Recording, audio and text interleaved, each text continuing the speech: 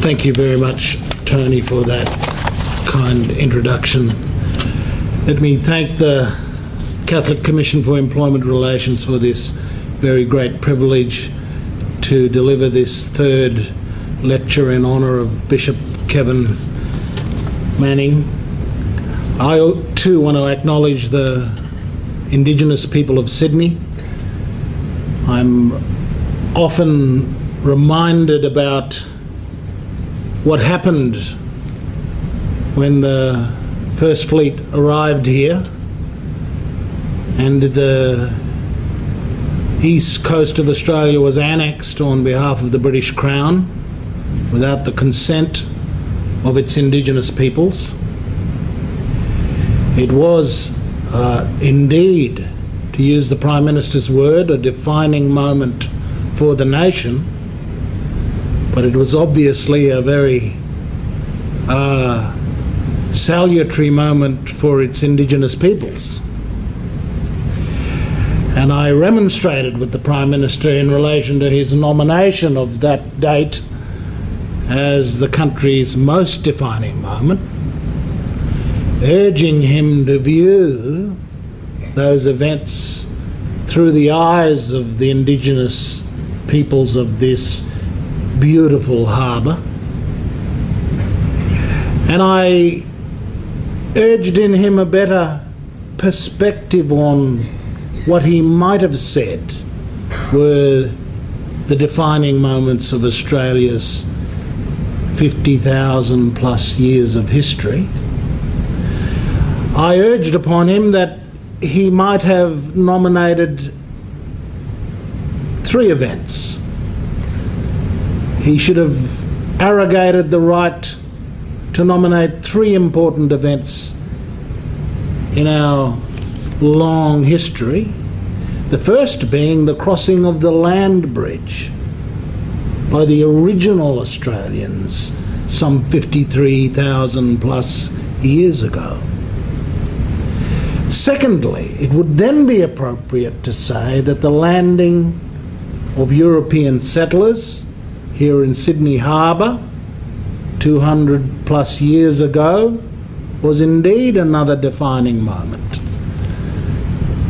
And I thirdly urged upon him the idea that the ridding of the White Australia policy might have been a third event in our history that might justly be called a defining moment. I've been a very strong advocate of the High Court's decision in Mabo as a once-in-a-nation's-lifetime opportunity to deal with grievance and justice.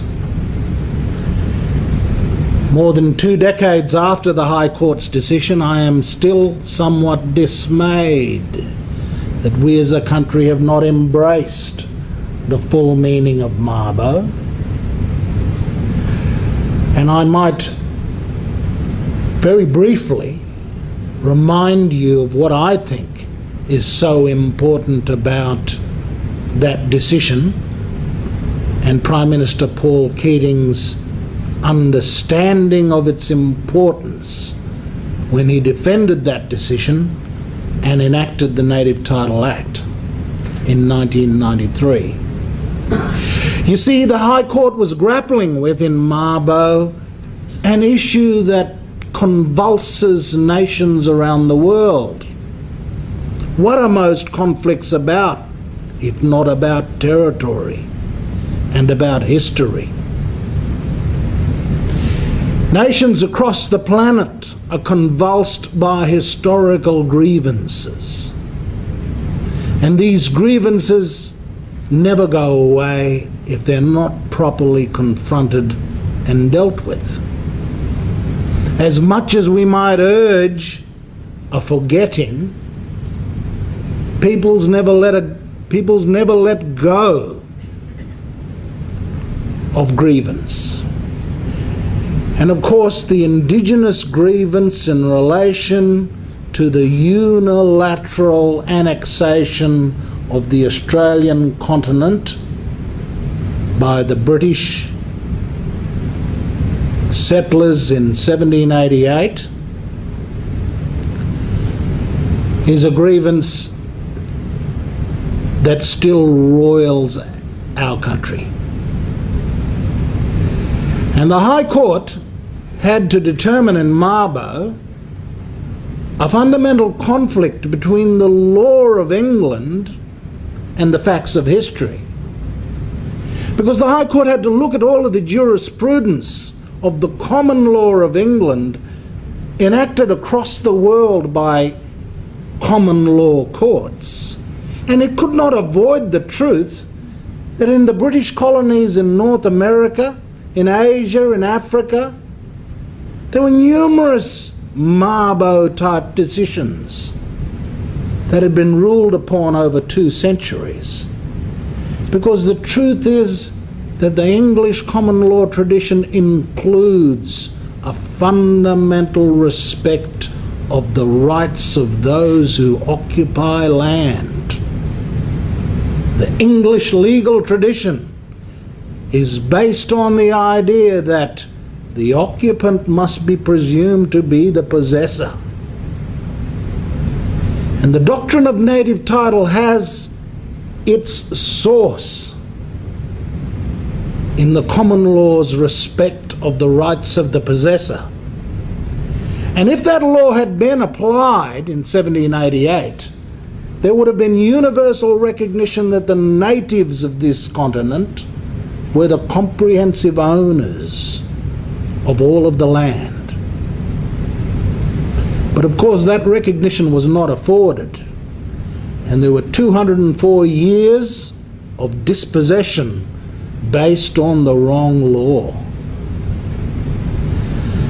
And on 3 June 1992, the court had to reconcile the truth of the law with the facts of history. And those facts of history were indeed bloody facts, because the incorrect application of the law had led to murder, dispossession, and in some cases the utter annihilation of entire groups of traditional owners in different parts of the continent. And so the court proposed with the concept of native title 2 principles, and these were laid out in the Mabo decision. The first principle was that the settlers and their descendants could not have their entitlements alienated from them. These titles accumulated over 2 centuries were indefeasible. They could not now be taken away and restored to the traditional owners. That was the first principle of Mabo. In shorthand, I explained to people that the first principle of Mabo is white land rights. The entitlements of the settlers could not now be disturbed. And the second principle of Mabo is that whatever is left over should be the entitlement of the original owners. And that was the deal proffered by the court to put paid to injustice, to put paid to grievance.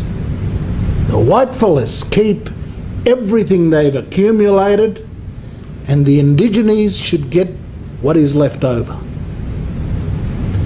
And in a subsequent case in which I was involved, the Wick case, the High Court articulated a third limb of native title, which is to say that there are some categories of land, pastoral lease and national parks, in which the native title and the Crown title subsist together. They coexist. So if you really want to understand the structure of native title law, its essence are those 3 principles. The settlers and their descendants get to keep everything they've accumulated, notwithstanding the circumstances of them coming into that land. Secondly, The Indigenous people should be entitled to whatever's left over. And thirdly, there are some categories of land where the two titles sit alongside each other and there should be coexistence. And to my mind, as an Indigenous leader, at the time of the negotiations with the Keating government, I thought that history would not serve us a better foundation for putting paid to grievance than that. Who can imagine a more just way of dealing with history than that? If we as a nation embraced Mabo, we could possibly have the foundation and the cornerstone for peace. But of course we didn't do that. Our children have not learned that Mabo is a cornerstone for peace. We have not counselled our younger generations that this kind of fundamental moral question and legal question and political question has been offered the prospect of resolution through the institution of our law. At some stage, Australians are going to have to come to grips with the meaning of Mabo. Instead, in one instance, out in Western New South Wales, a town common dedicated for the Aboriginal Reserve inhabitants, land that should have been immediately acknowledged as leftover land that should forthwith have been accorded to its traditional owners and the Aboriginal community resident upon it. It took more than a decade to settle that case. It took longer than the original Mabo decision to settle that case in relation to a postage stamp-sized piece of land. We are still begrudging about Mabo, and the nation is still begrudging, notwithstanding the first principle of native title law, which is that the non-Indigenous Australians can never be deprived of anything they have accumulated. Let me now turn to the subject of my lecture, which is the post-Whitlam project for equality.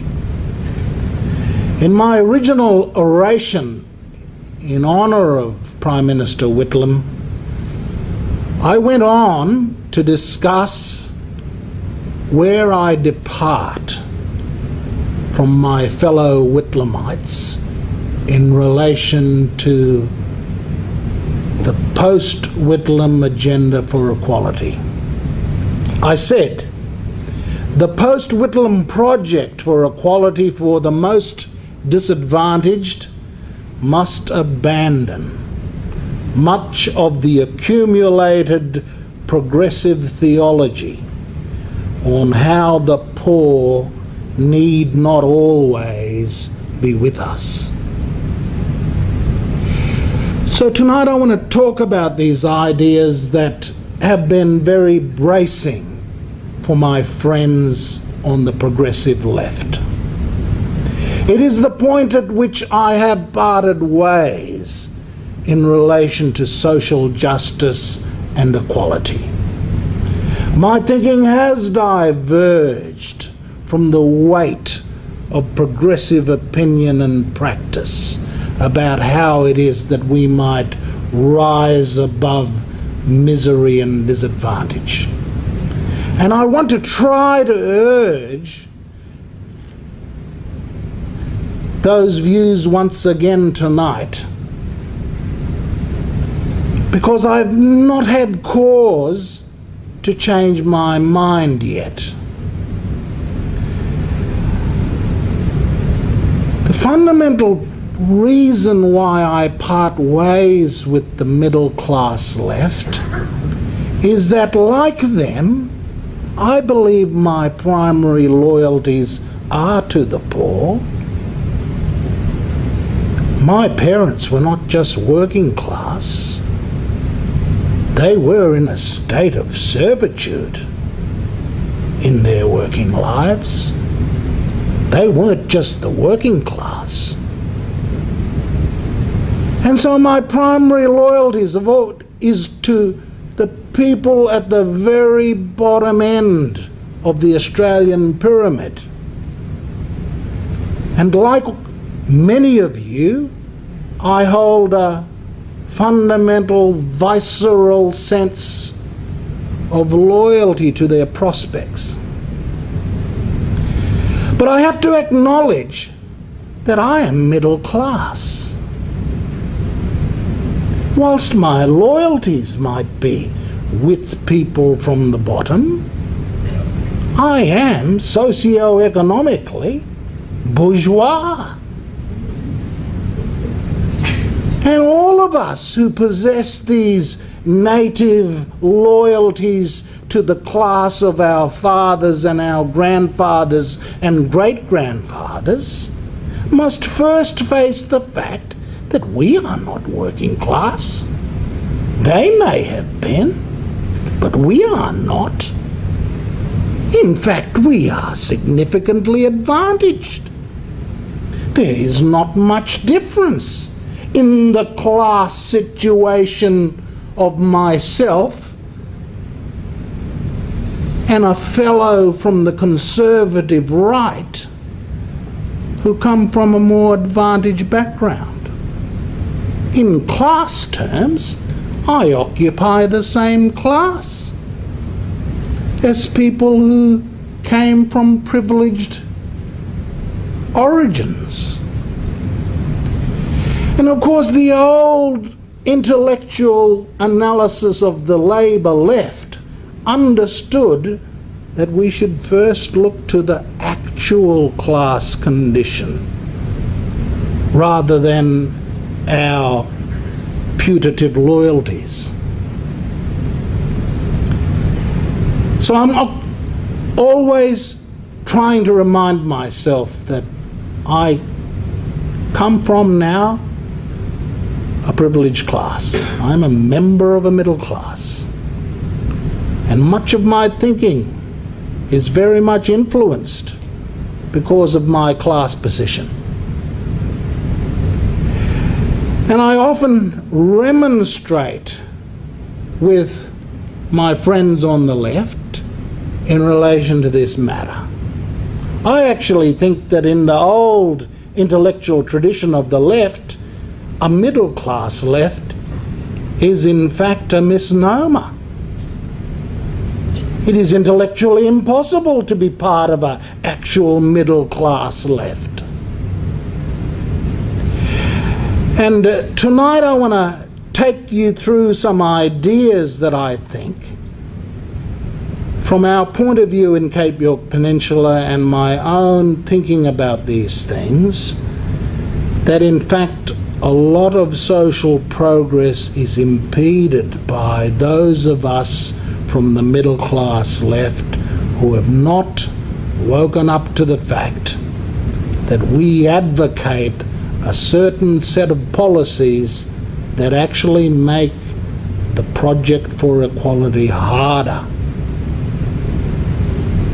And we've turned those about whom we are most concerned, the poor and the disadvantaged, into our own industries. We have cast ourselves as the saviours of the poor rather than as compatriots in the battle for development and the battle for the poor and disadvantaged to enjoy the advantages we do. Let me explain. When we came to the view in 1999 that Indigenous policy was continuing to fail our people in Cape York Peninsula, we understood that we could not continue to do the things that were compounding that failure. For example, The Royal Commission into Aboriginal Deaths in Custody had recommended, following a long inquiry, that the fundamental condition leading to large numbers of Indigenous people dying in custody was not the fact that our people died at a greater rate than other prison inmates. We in fact die at a lower rate compared to other prisoners. The problem is that we are overrepresented in the prison system. In Queensland, something like 30 to 40% of the prison population is made up by the 3% of Indigenous people. And this story is right across the board. 3% of the country is contributing 30% of the prison population. 60% of those in juvenile detention. And of course the numbers in child protection are just as egregious. So the Royal Commission recommended 330 recommendations and hundreds of millions of dollars in pursuit of those recommendations, saying we must reduce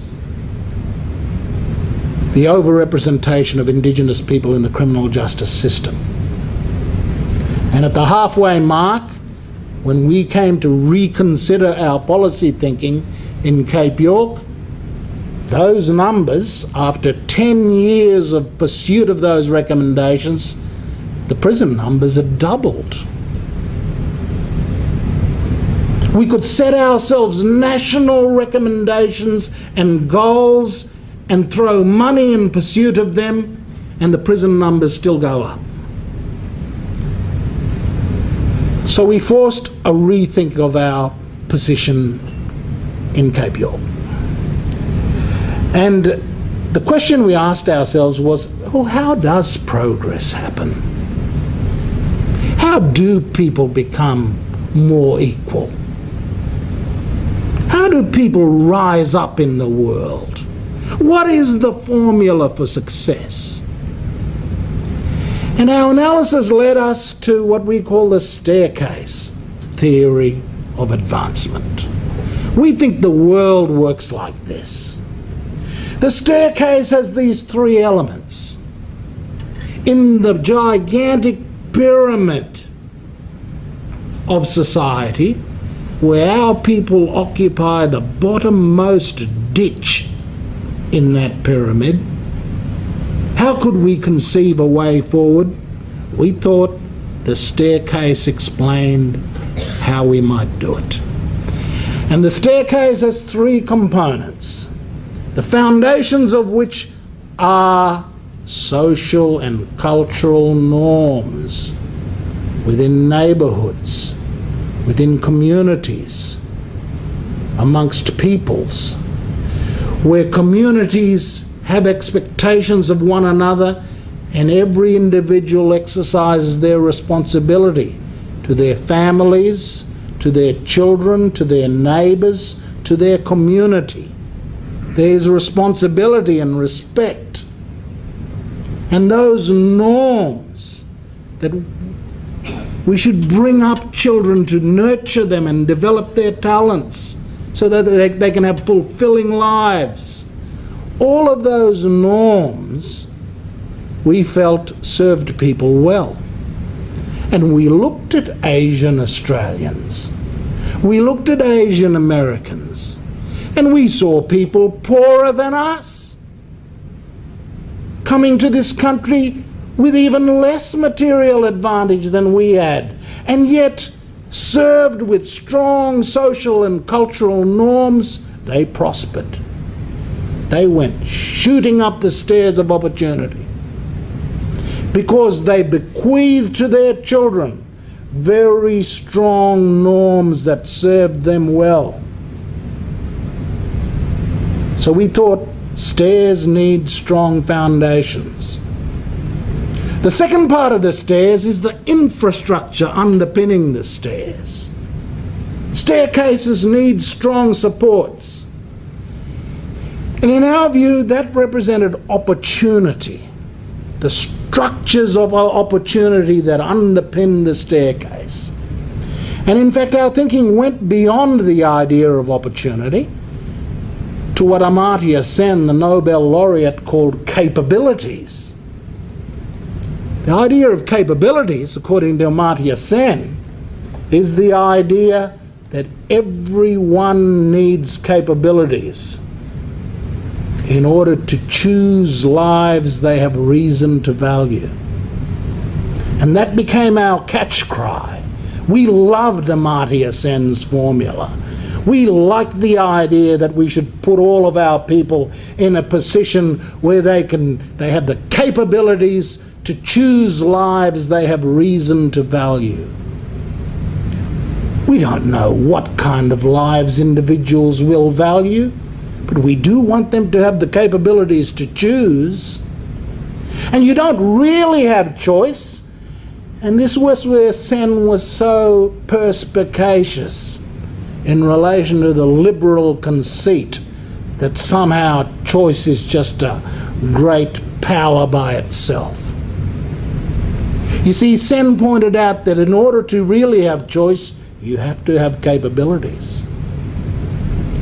And he meant by capabilities good health, a good education, access to good infrastructure, good social support. And it's only when people have those capabilities that they're then able to employ the liberal power of choice. So we liked Sen's formula about capabilities being the good infrastructure underpinning the stairs. There was a third part to our metaphor, and that is the rungs of the stairs itself. People climb stairs for good reason. They do so because they can see better prospects further up the stairs. And in our most crudest moments, we imagine that the dollar signs get bigger as you ascend the stairs. People are motivated by something better for themselves. There's a better salary further up the stairs. David Hume said, we wake up every day with self-interest in front of our noses.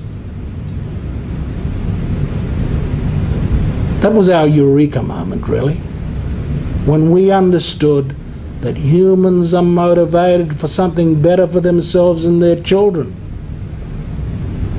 You don't climb stairs for something worse. You want something better for yourself and for your children. That is when I stopped being a social justice lefty. And I understood the power of self-interest. I'm all for social justice, absolutely.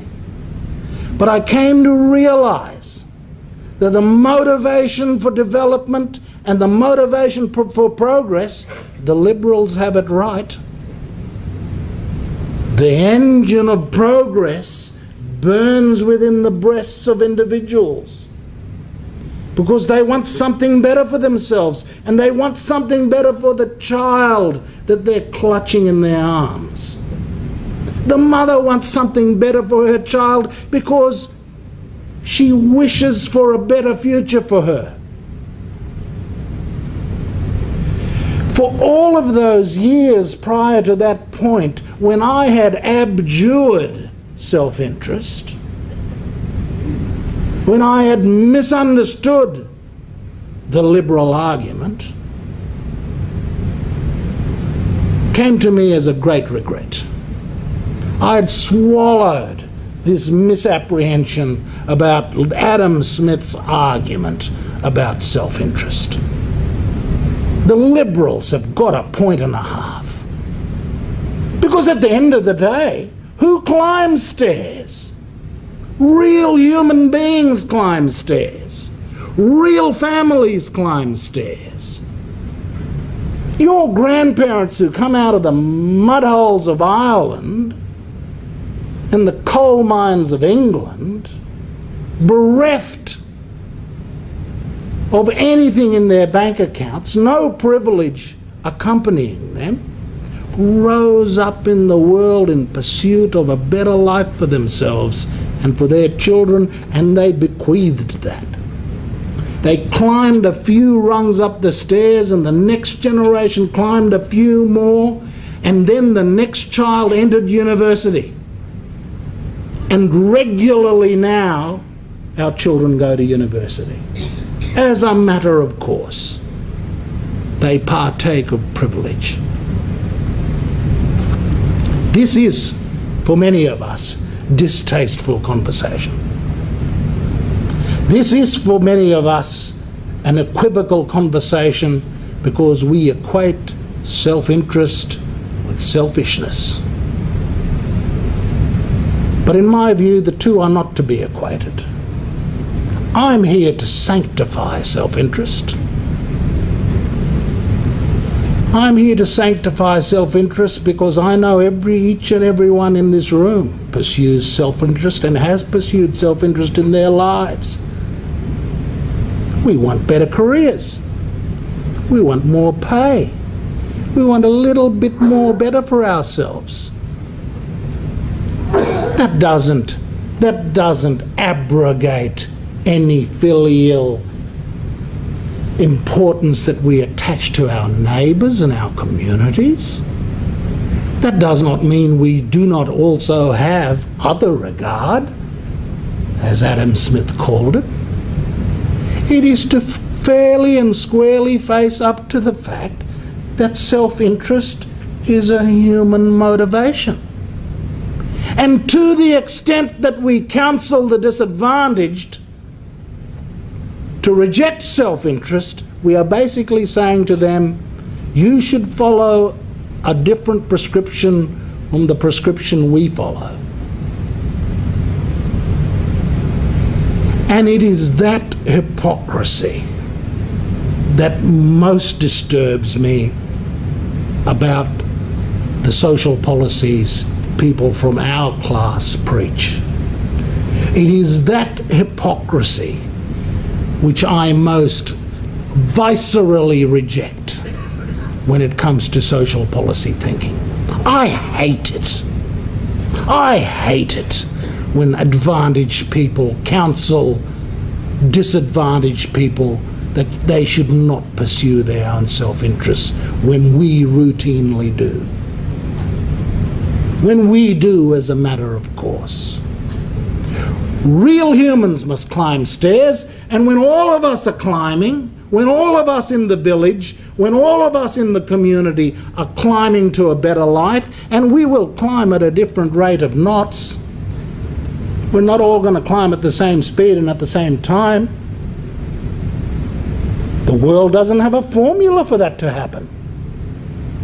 And I realised when the eureka moment happened, that real human beings and their families climb stairs, I realised what kind of millennial daydreaming I'd been indulging in relation to the concept of social justice. You know, I went to university. I did all the sociology and history subjects, and I harboured at the end of all of this vague idea that social justice was something in Canberra that only needed the best political leadership to unlock. And if only we had the right kind of governmental leadership, social justice would one day prevail. You know, I may be offensive in this idea, but the idea I have is that a consequence of my university education was that I ended up thinking that there was this big forklift, a massive forklift that could be mobilised by government to restore the poor and the oppressed to a better place, to lift an entire community to a better position. And what kind of daydreaming was that? When you look around and you see these other people's climbing stairs in pursuit of their own self-interest. And yet, in relation to my people, I was hoping that government would mobilise this massive forklift of social justice. And all we needed was the right kind of leadership that would kick over the big diesel engine of the forklift and lift people to a more exalted life. Well, we would be waiting till kingdom come for that forklift to materialise. When we looked at how the world really works, the world works by families taking their children a few rungs up the stairs in pursuit of something better for themselves. And the day someone counsels those families to wait, to pause, because there is some salvation around the corner, is the day I really think that those of us who say we are concerned about the poor have come to be their prisoners. We are imprisoning themselves in a perpetual state of disadvantage because we are applying to them a double standard. We think that they're going to advance by another set of rules from the ones we advance by. And therefore, the policies that we pursue in Cape York Peninsula are about sanctifying the mother that wants something better for their child. That it is not wrong. If you want the poor and the disadvantaged of Cape York Peninsula to share in the fruits of this nation, then it will be via those people grabbing their own opportunities and climbing with all of the supports. They're not going to do it by themselves. There is a role for social provisioning and the distribution of opportunity, of course. We need capability development. So our concept of how the world works is one that is, and excuse my use of this word, it is kind of ideologically promiscuous. We borrow from the conservatives in relation to norms and responsibility. We borrow from the social democrats in relation to redistribution and opportunity. And we borrow from the liberals in relation to the power of choice and the motivation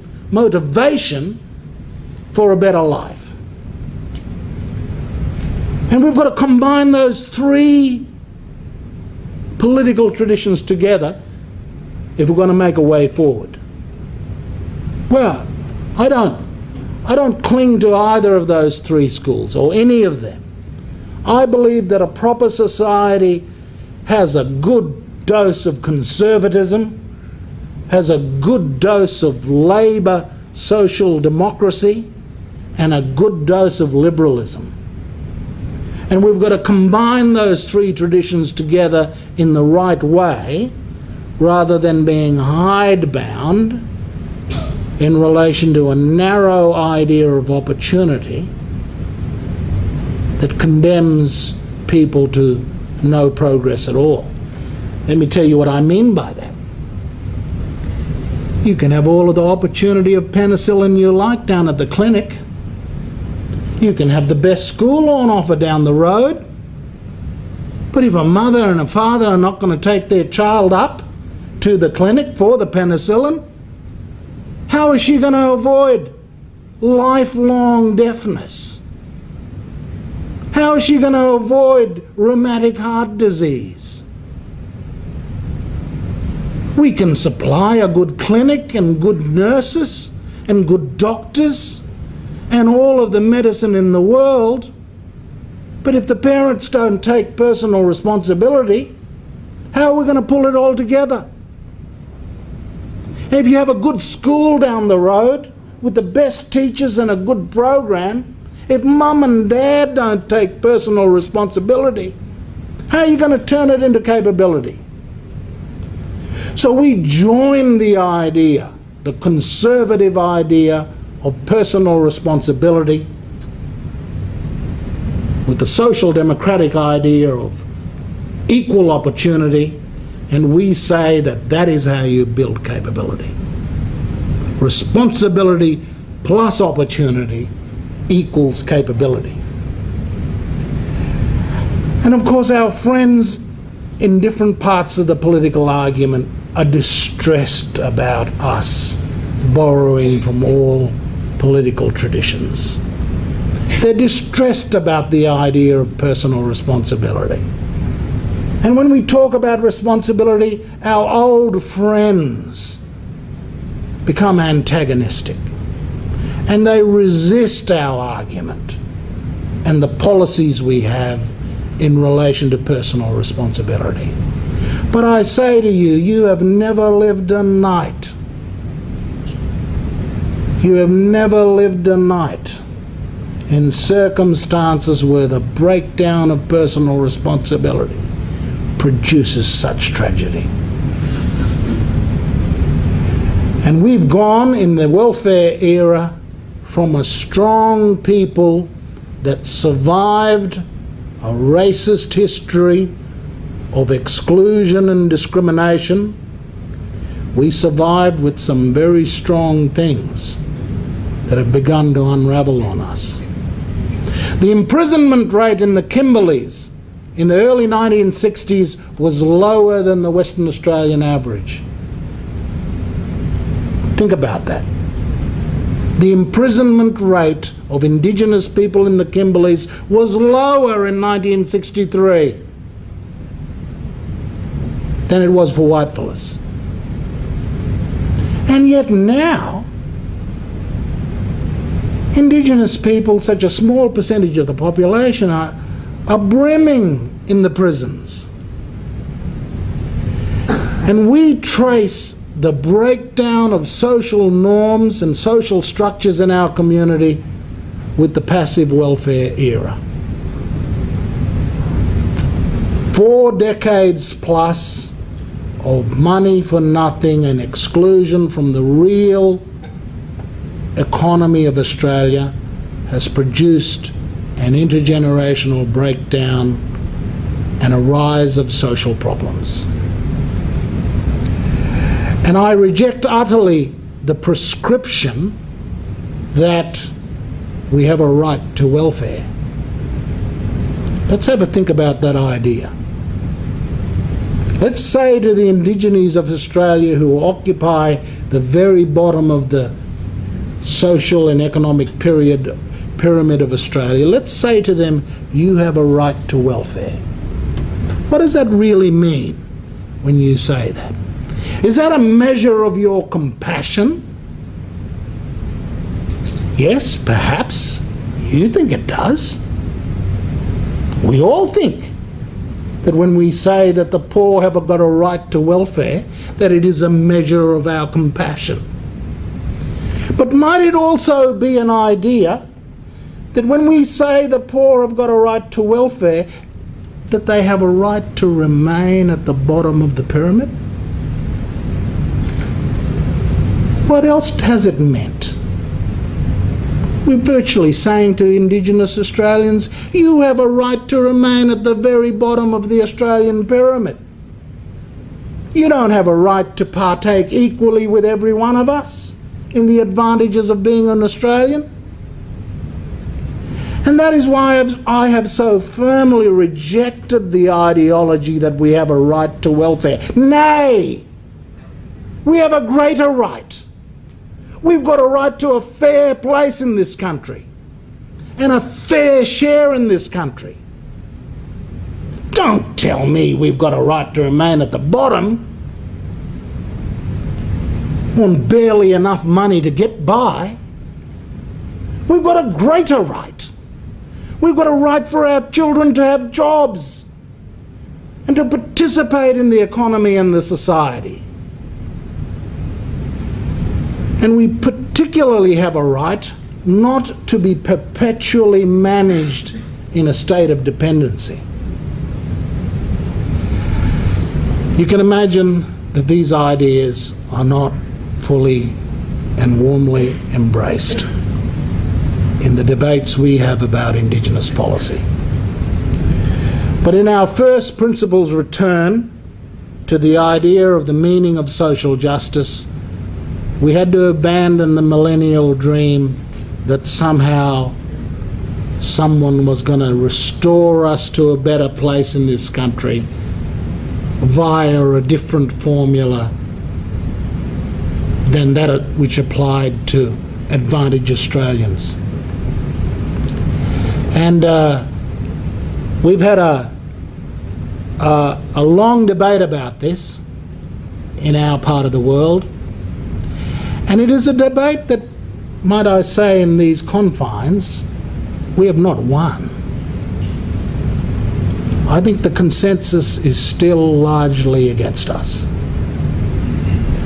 I think the weight of Australian opinion is that welfare is a right, and the implications of reforming welfare are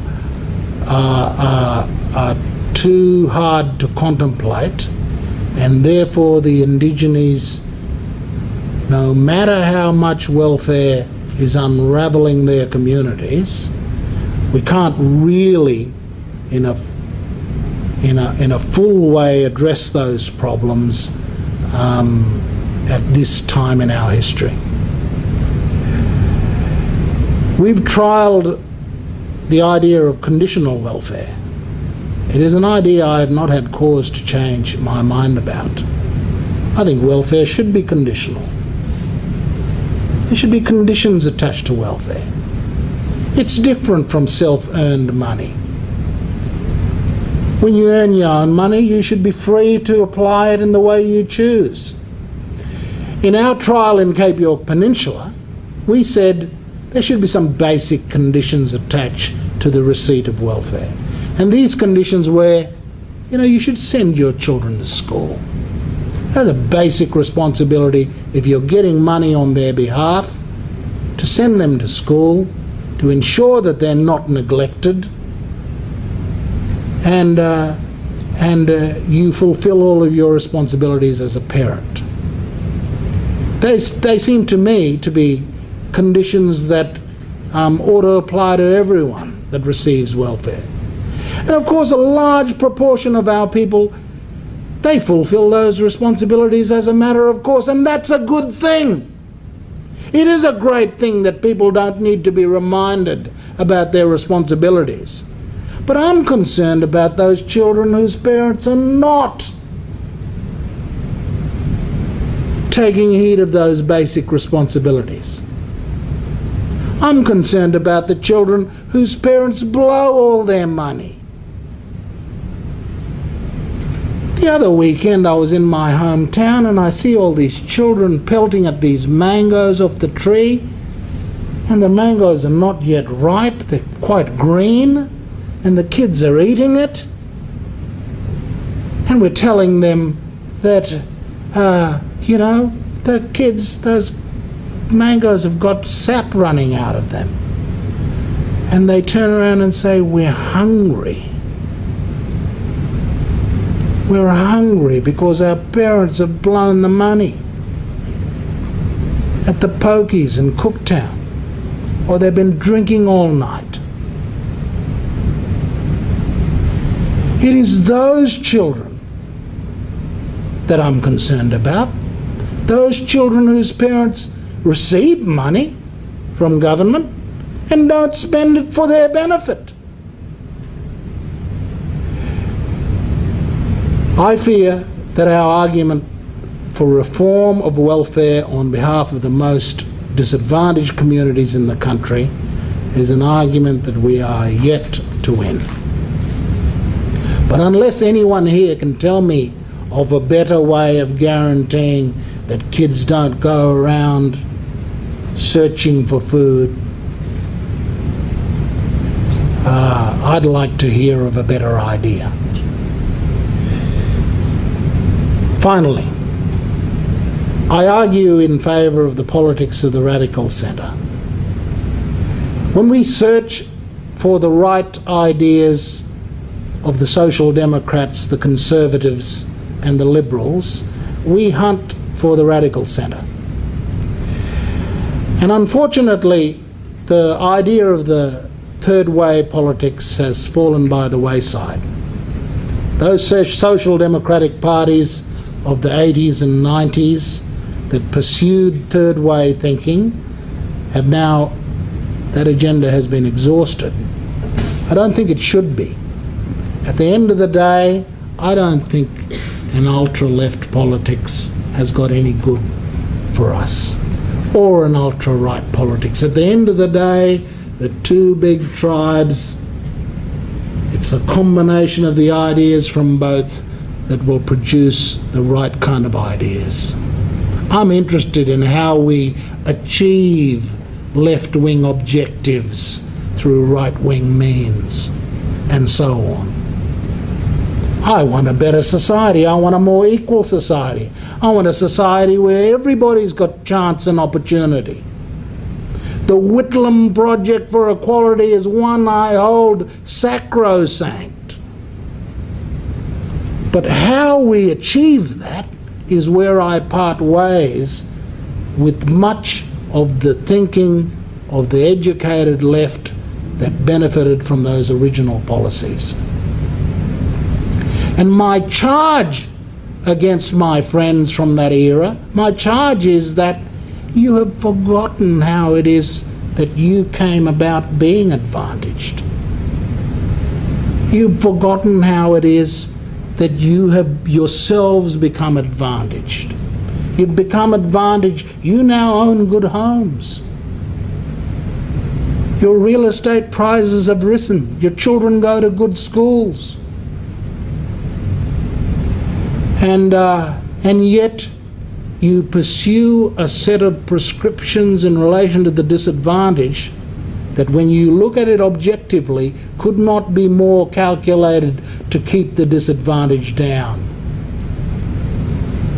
We pursue educational theories and ideologies that could not be more calculated to keep disadvantaged children illiterate.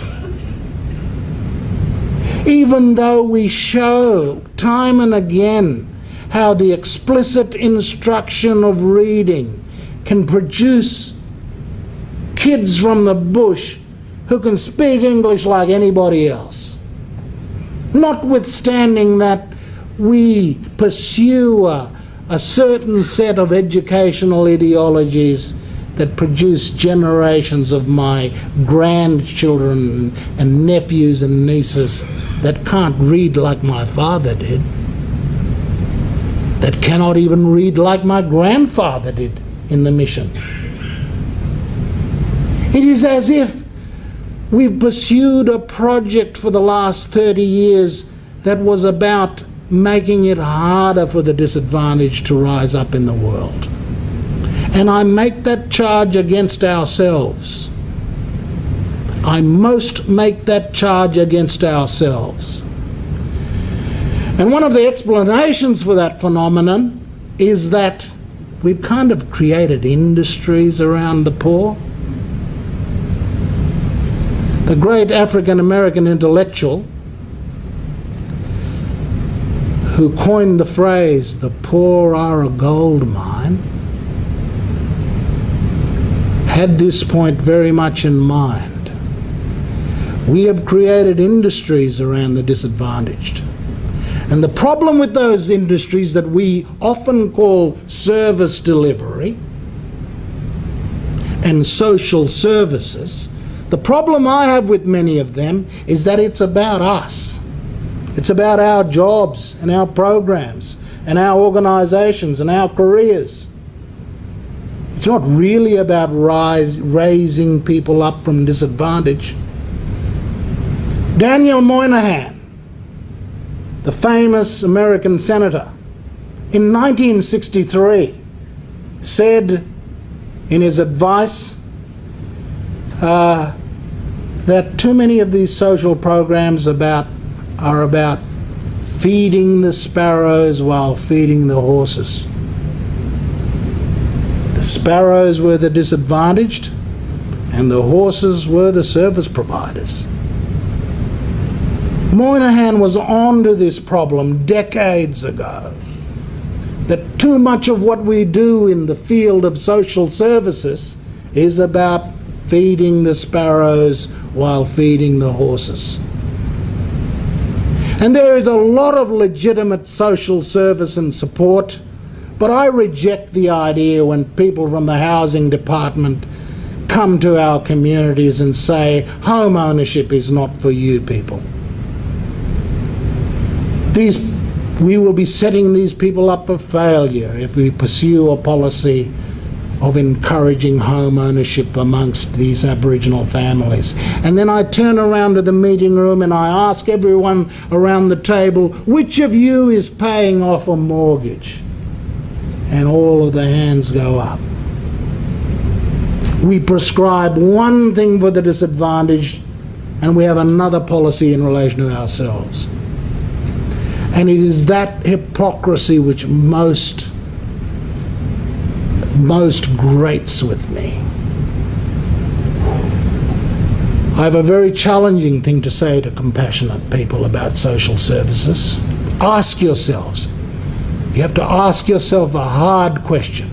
Is our program about helping people to rise up in the world and take their fair share?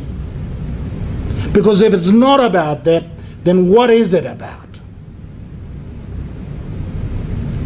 Is it about perpetuating disadvantage?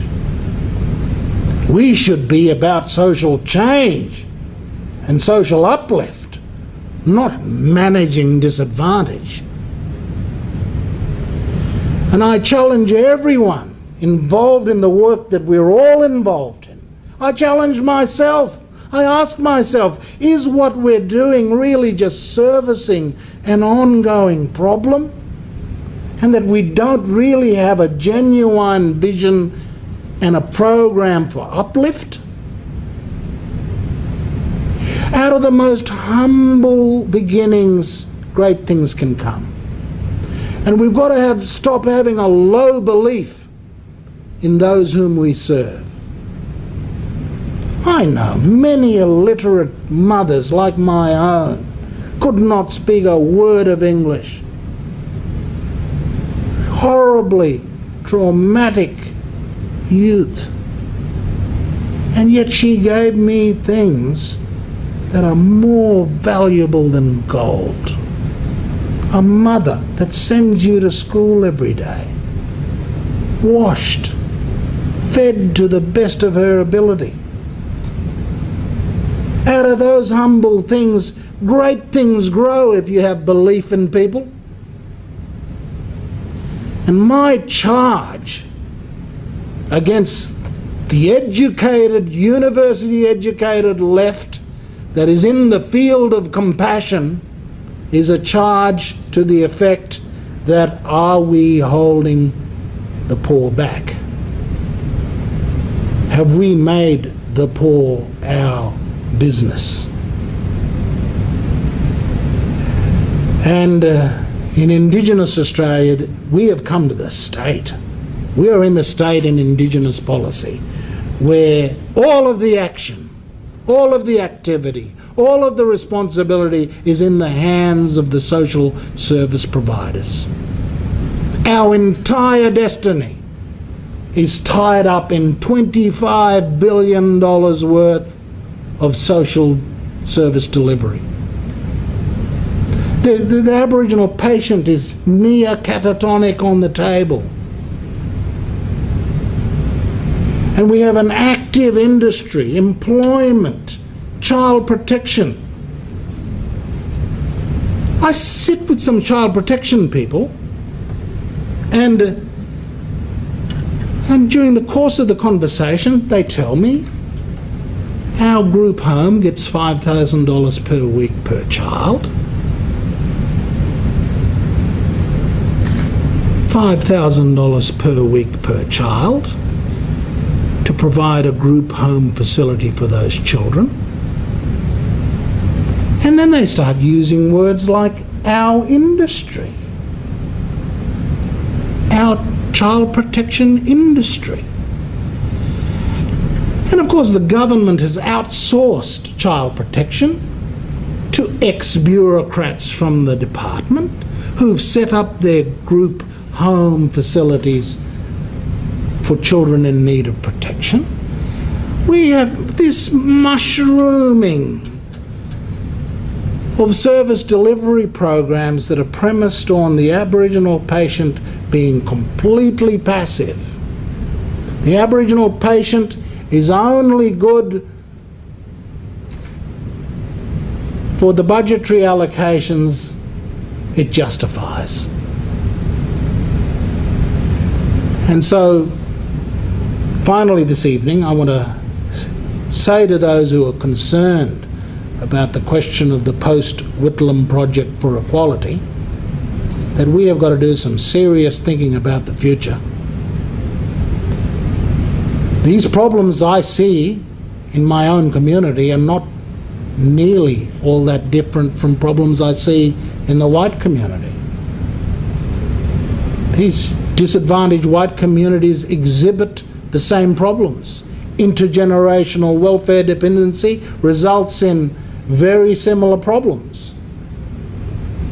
And if we're really concerned about the future of these communities, then in my view, at some stage, we're going to have to decide that service delivery and social welfare programs have got to be rethought.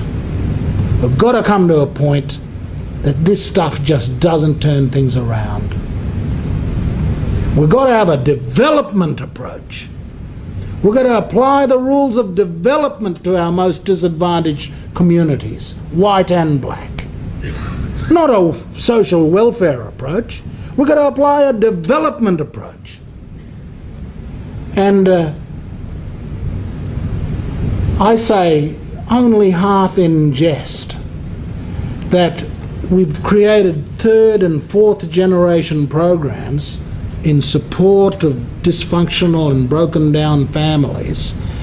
The Health Department in Queensland long ran a program and still does today called the Life Promotion Program.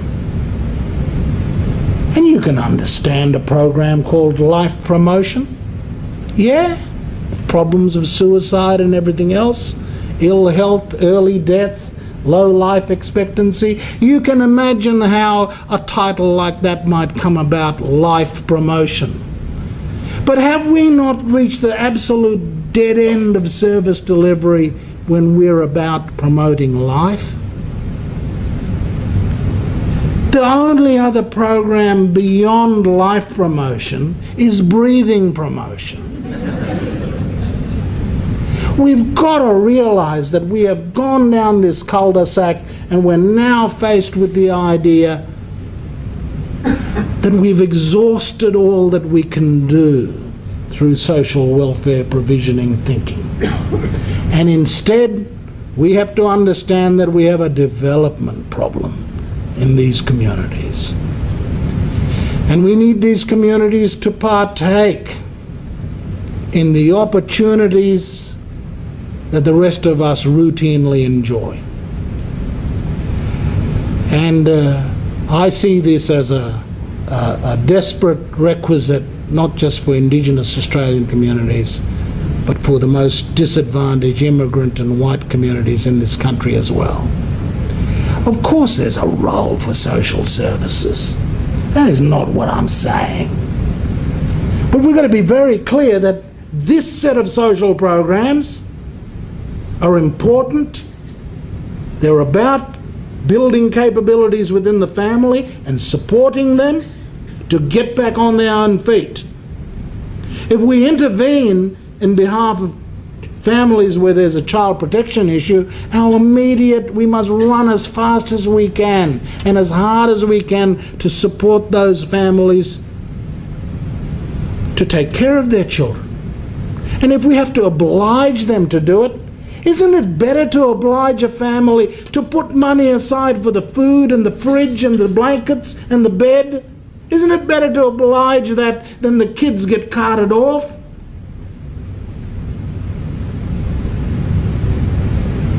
And yet, in all of our compassion, we step back and say, no, we don't want to intervene to support the family to get their act together. We would rather see the Child Protection Services attend at the very end of the day and take the children into protection. I thank the Catholic Commission for this very great privilege of giving this year's address in honour of Bishop Manning. I have come here with a very deliberate intention of provocation and incitement. I think you understand sufficiently that my argument that man shall not live by service delivery alone has obviously got an important qualification. Service delivery is important, but we can't continue to build new generations of programs on the back of the failing ones. And the best social welfare program is the functioning family, the supported family. And there are ways in which we can intelligently support families in an intimate way. In Cape York Peninsula, you know, the first program we do is a budget. We say a better life begins with a budget. Because, you know, you can't have food without a budget. You can't have a blanket without a budget. You can't have a fridge without a budget. And yeah, you might be a welfare recipient, but if you got a budget, you got a chance. And your father might be on welfare, but if he's got a budget and he's got food for you to go to school, you've got a chance. There are ways in which we can intelligently support families to get their act together. One of the programs that is the most successful is families putting aside money for their kids' education. We say 4 sponsors, please. Auntie, uncle, grandmother, mother. 4 of you put $5 aside, $20 a week, $1,000 a year. And when the young mother comes to sign up to the account, her child, when she's 5, has got $5,000 in the account. And so when the book fair comes to town, mum buys $200 worth of educational books and toys. And when the year 12 girl graduates from college in Brisbane, from the Maris brothers no less, when our boys graduate, they pay for their graduation suits out of their parents' account. If you support low-income people to get their act together, they readily take up the opportunity. And there are many ways in which we can intelligently support families to get their act together. But my great criticism of those of us who work in the stony field of compassion, my great criticism is that too much of it is about us. Too much of it is about our organisations, and too much of it is about our careers and our plans and projects. It is not enough hard-headed questioning about whether what it is that we are doing is truly producing family rebuilding and social change. Thank you very much.